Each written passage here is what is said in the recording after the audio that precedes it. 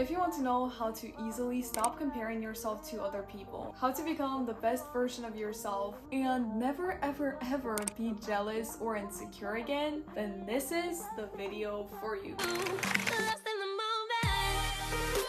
Hi my best friends, and welcome back to my sleep art. It has been such a long time since I last posted. Well, it's been 7 days, but I'm usually used to posting twice a week, but my ring light broke and it was a huge thing, which you guys are going to see in a future video. But in this video, we're going to be doing makeup and talking about how to stop comparing yourself to other people, and I'm going to be telling you guys the secrets about comparison that not that many people talk about. So without further ado, let's get into this video.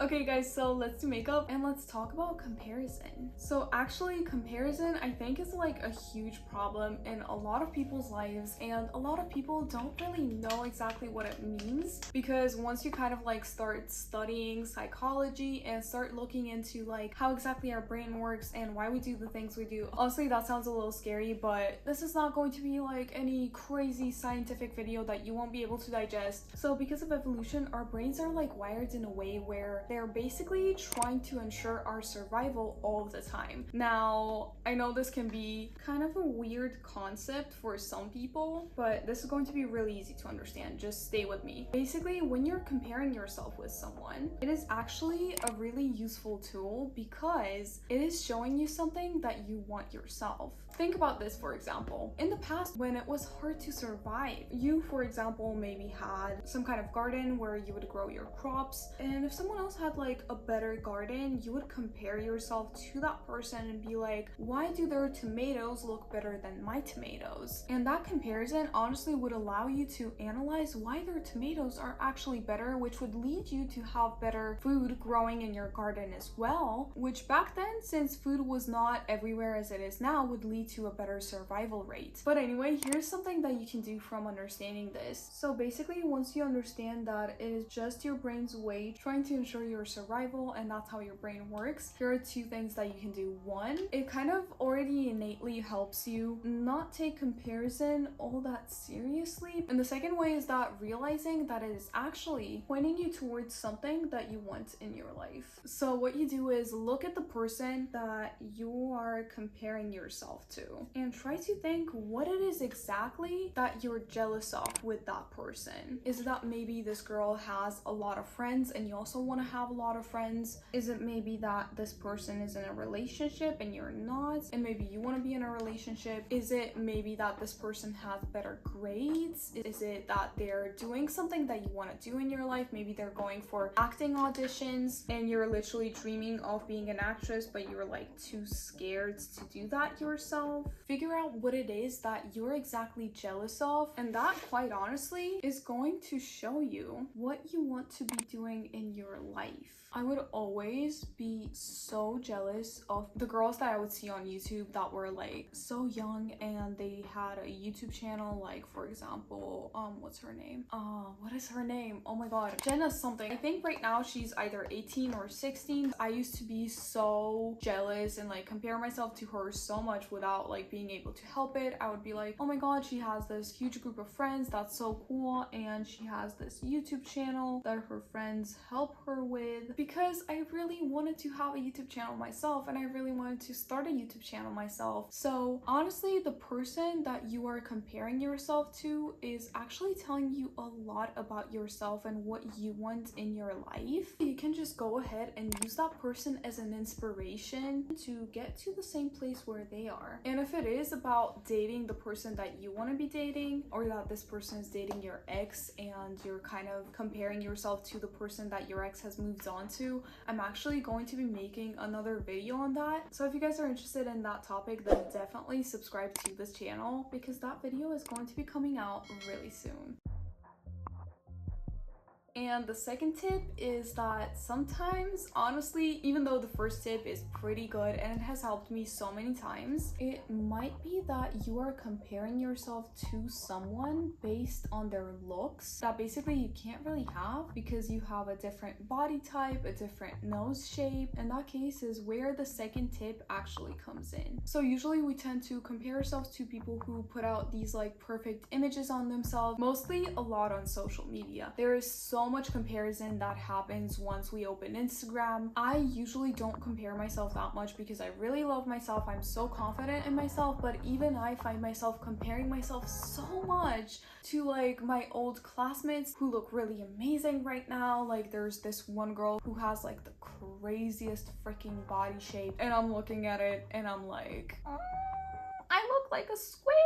But the thing is, first of all, there is not one ideal body shape, and second of all, you have to really be following people who either inspire you by being positive role models, like something that is actually something that they achieved themselves and that's what they're posting about. For example, Tate McRae, is that how you pronounce her last name? The way she achieved her music career, she literally just started by not even knowing how to play piano. She would just like pick the chords off of the internet and write her songs and put them on YouTube. Like you guys may know, I don't know how to play piano. What I do is I usually go to this site called Chordify and I figure out like really simple chords that I can go off of and then just start creating the melody to. Or for example, someone like Oprah, she has been through so much in her life and she made her career herself. So it's either has to be people like that, because those things you can actually strive towards. It's not like just the body shape that someone was given by their DNA or maybe an Instagram filter, because also you never know the amount of editing that goes into pictures. It is so hard to even notice now. So like you never know if that person actually has that body unless you know them in person, or if they just like edited that onto their picture. So keep that in mind, but at the same time follow people who look like you and they're really owning it and they're feeling beautiful in their skin and they're showing that on the internet. That is going to make you feel so much better than looking at people who look nothing like you and wishing you had their body when you can't really change your body shape. And honestly,